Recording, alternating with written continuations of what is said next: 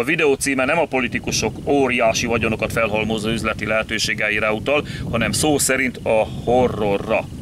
Az emberi társadalom népcsoporttól, vallástól függetlenül tel is tele van, mondhatni hemzseg a gonoszságtól, az elmebetegnek titulálható egyénektől, akiket csak a törvényi szankciók tartanak vissza attól, hogy kiéljék ördögi, szadista hajlamaikat. Mi sem bizonyítja ezt jobban, mint a háborús horror, főleg az üzletszerűleg működő horror, és amit szó szerint kell horrorként érteni.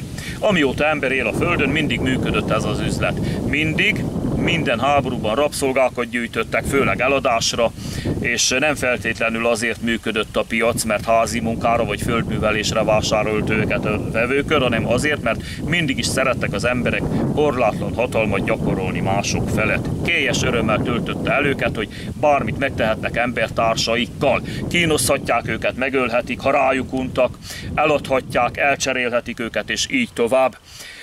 Háborús övezetekben, vagy bármilyen természeti katasztrófa sújtotta térségben, ahol hosszabb, rövidebb ideig káosz uralkodik, a mai napig is tűnnek el nyomtalanul emberek, főleg nők és gyerekek úgy, hogy semmi köze az eltűnésüknek a természeti katasztrófához, legfeljebb csak annyiban, hogy a katasztrófa adta meg a lehetőséget az eltűnésüknek, ami lehetőséget sokan ki is használnak.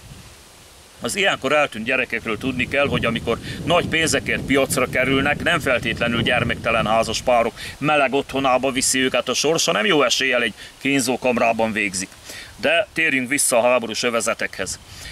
Az üzletágnak egy egészen új formája ütötte fel a fejét a 80-as évek vége felé, a 90-es évek elején, amikor kezdtek elterjedni a VHS kazettával működő videókamerák. Minden konfliktusövezetben virágzott az üzlet, ahogy az akkoriban kirobbant délszláv háborúban is, ahol minden oldal kegyetlenkedett, de a legtöbb, legelvetemültebb dolgot a szerb oldalon harcoló nagyjából 100 fős görög önkéntes csoport végezte.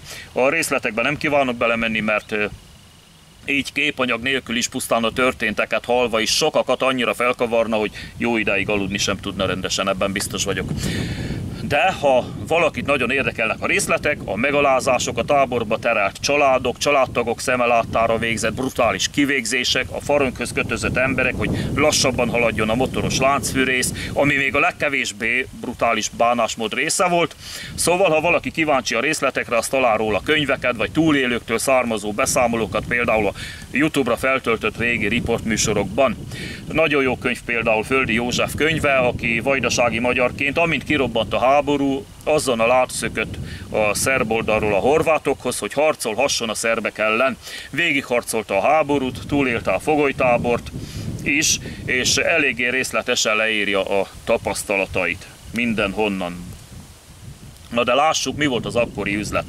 Én akkor vonultam be sorkatonának Csornára útlevélkezelő alapképzésre, ami után egyből kértem, hogy helyezzenek a letenyei határőr akciószázadhoz. Nem volt kedvem útleveleket nézegetni, ennyi az egész. A háború miatt alakultak ezek az akciószázadok, mert szép számban történtek átrepülések, átlövöldözések, és hogy erősítsük a határőr, járőrök alakulatait. Ezekről a dolgokról, erről az üzletről már akkor is hallottunk, de csak amolyan pletyka szinten.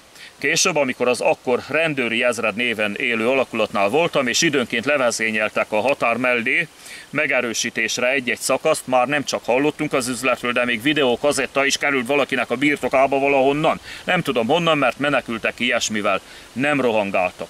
Még később pedig egy riportban nyilatkozta valaki, ha jól emlékszem, egy Tuta nevezetű férfi, hogy tömegesen gyártották a videókazettákat, és minden új felvételt sokszorosítottak, és rengeteget adtak el külföldre, az akkor gazdag nyugatként emlegetett Ausztriába és Svájcba, de a legnagyobb felvevő piacuk bizonyára a magas lakosságarány miatt Németország volt. Rengeteg kínzást, kivégzést, erőszakolást vettek videóra, amely videóknak rengeteg esetben gyerekek is voltak az elszenvedő szereplői.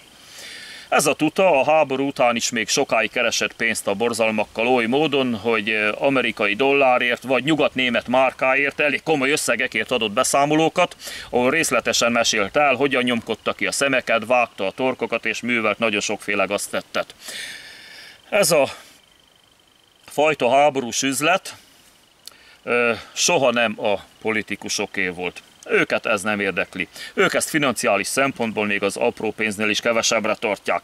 És az ilyen dolgok egyáltalán nem érdeklik, és nem is érdekelték őket soha. Ugyanúgy szemet hújnak fölötte, hogy a régi idők hős hadvezérei engedélyt adtak a szabadrablásra a vonulásaik bizonyos régióiban. Ezért tudják a kishalak ezt a szekciót kiaknázni, ahogy teszik a mai napig is. Köszönöm a figyelmet. Szebb jövőt!